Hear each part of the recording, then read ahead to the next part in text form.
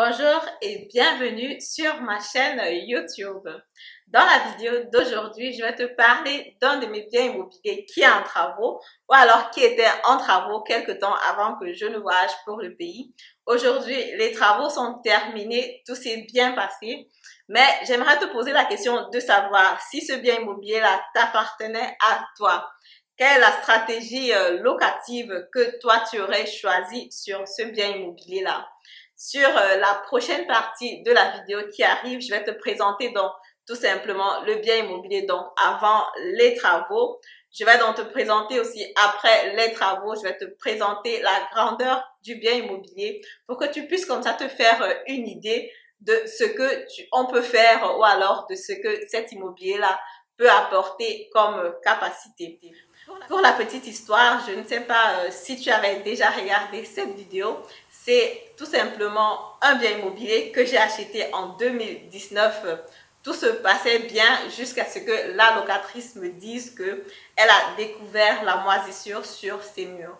Donc la moisissure, ça ressemble à ceci et c'est vraiment pas très beau à voir. C'est un couple de personnes que j'ai vraiment apprécié lors de la visite du bien immobilier parce qu'effectivement, je fais généralement les visites moi-même.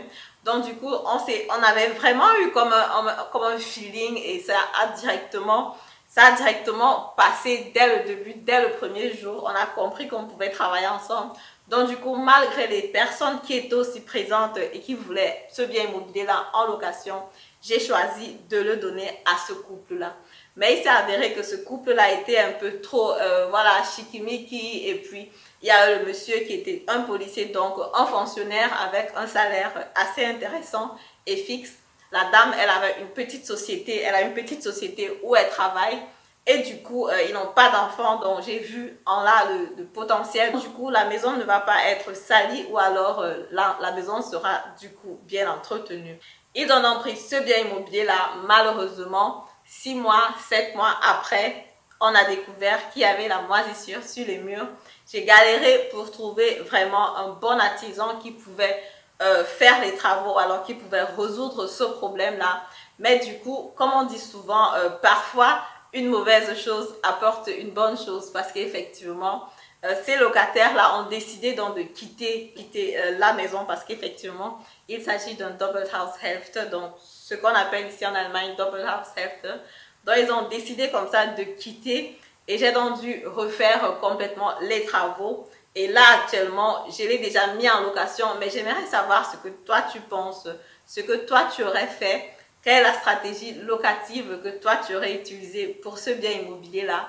Est-ce que tu as des questions pour pouvoir répondre à cette question-là?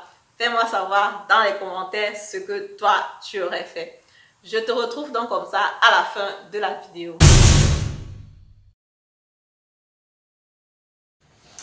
Voilà, donc quand j'ai commencé à prendre la vidéo, j'étais dans la cuisine. Voici dans la cuisine, voici dans l'endroit où on avait découvert qu'il y avait la moisissure sur les murs, donc ce qui fait que les murs ont dû être cassés. Et on a déjà eu jusqu'à présent 3 à 4 artisans qui sont passés dans les maçons pour faire les travaux et c'était vraiment difficile. Là, c'est le couloir, un peu là. Et là, naturellement, c'est le salon ou alors le living.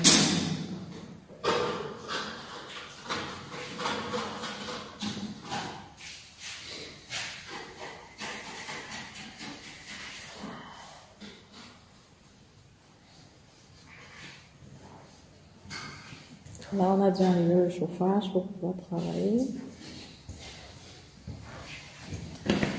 Et ici, c'est la pièce qui sert un peu comme un keller ou alors une chambre pour les étrangers. Ce qui est très curieux ici, c'est que naturellement, dans les pièces en haut, on n'a jamais remarqué quoi que ce soit comme difficulté. Je peux vous montrer.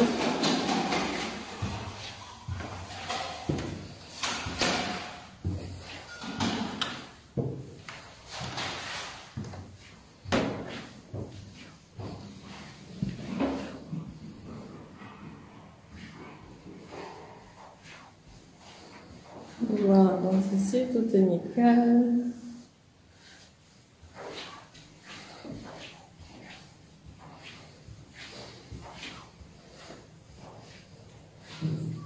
Ici aussi, bon, c'est encore sombre beaucoup.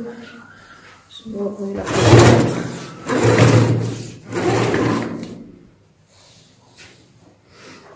La qualité de la vidéo ne sera pas peut-être très bonne, mais je suis juste en train de marcher dans les pièces.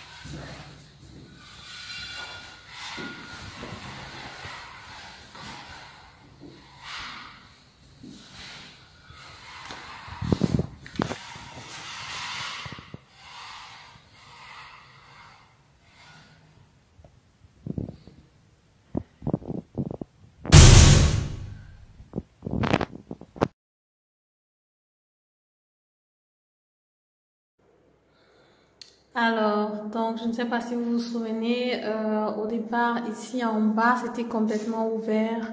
La dernière fois que j'ai fait la vidéo, bon, aujourd'hui, c'est dans la nuit que je fais la vidéo. Et voilà, donc, ça a été fait, le papier peint a été mis, la peinture a été faite. Donc, du coup, voilà, va dans le rendu final, quoi. On a décidé de peindre complètement le tout en blanc. Actuellement, je suis dans la cuisine. La cuisine est encore vide parce que, effectivement, j'ai pas encore décidé quelle stratégie adopter. S'il faut aller vers la stratégie de la location saisonnière, c'est que naturellement, il va falloir meubler complètement la cuisine pour que la personne qui vient habiter à l'intérieur puisse directement utiliser la cuisine. Mais si je prends la location classique, comme c'était le cas jusqu'à présent, je vais donc devoir laisser la personne qui va prendre l'appartement venir avec sa cuisine elle-même et faire l'installation. Alors, donc, il y a encore un peu des choses là par terre qu'ils ont laissées. Ici, c'est le mur. Il y avait la moisissure à ce niveau. Donc, là, sur ce mur-ci, là, et ça allait complètement de ce côté aussi. Donc, du coup, c'est que les travailleurs ont fait, c'est qu'ils ont naturellement ouvert le mur. Ils ont essayé d'isoler pour enlever l'eau dans la moisissure. Et le nouveau dans celui-ci, il a donc mis ce qu'on appelle tapette et les papiers peints. Il a donc peint encore les murs. Voici donc à quoi ça ressemble actuellement. L'appartement est donc nouvellement fait et il va être mis en location très prochainement. La question qui se pose encore aussi ici, c'est de savoir quelle est la stratégie de location qu'on peut utiliser, parce que ici, là où on est, c'est le living room et en haut, il y a donc 3 chambres, une salle de bain et en bas, il y a une petite salle de bain aussi pour les étrangers. Est-ce qu'il faut juste faire la location classique comme c'était le cas avant. Ou alors, ce que j'ai entendu, ce qui est aussi possible, c'est éventuellement de faire un Airbnb ou alors un courtside fermeton pour les personnes qui vont venir juste vivre. Bon, quelqu'un peut utiliser chacun en faisant louer toutes les 3 chambres, disons par exemple l'une à 400 €. Tu as la possibilité donc de générer un loyer mensuel calme de 1200 €. Pourtant, si tu veux faire louer à une famille ici, tu vas demander au maximum 900 €, alors disons 1000 €. Donc ça fait quand même une différence de 200 €. Et voilà, c'est ce qu'il faut voir, quoi. S'il faut faire un Airbnb ou alors la location classique. Donc dis-moi ce que tu penses, dans les commentaires, ce qui serait pour toi, à ton avis, très intéressant à faire. Et puis je vous dirai dans une prochaine vidéo pour quelle des options j'ai opté. Voilà, je suis donc comme ça arrivée au terme de la vidéo. J'espère que tu as pu regarder jusqu'à la fin, que tu t'es fait une idée effectivement de ce bien immobilier là, parce qu'effectivement j'attends ton commentaire pour savoir quelle est la stratégie que toi tu aurais choisi pour ce bien immobilier là.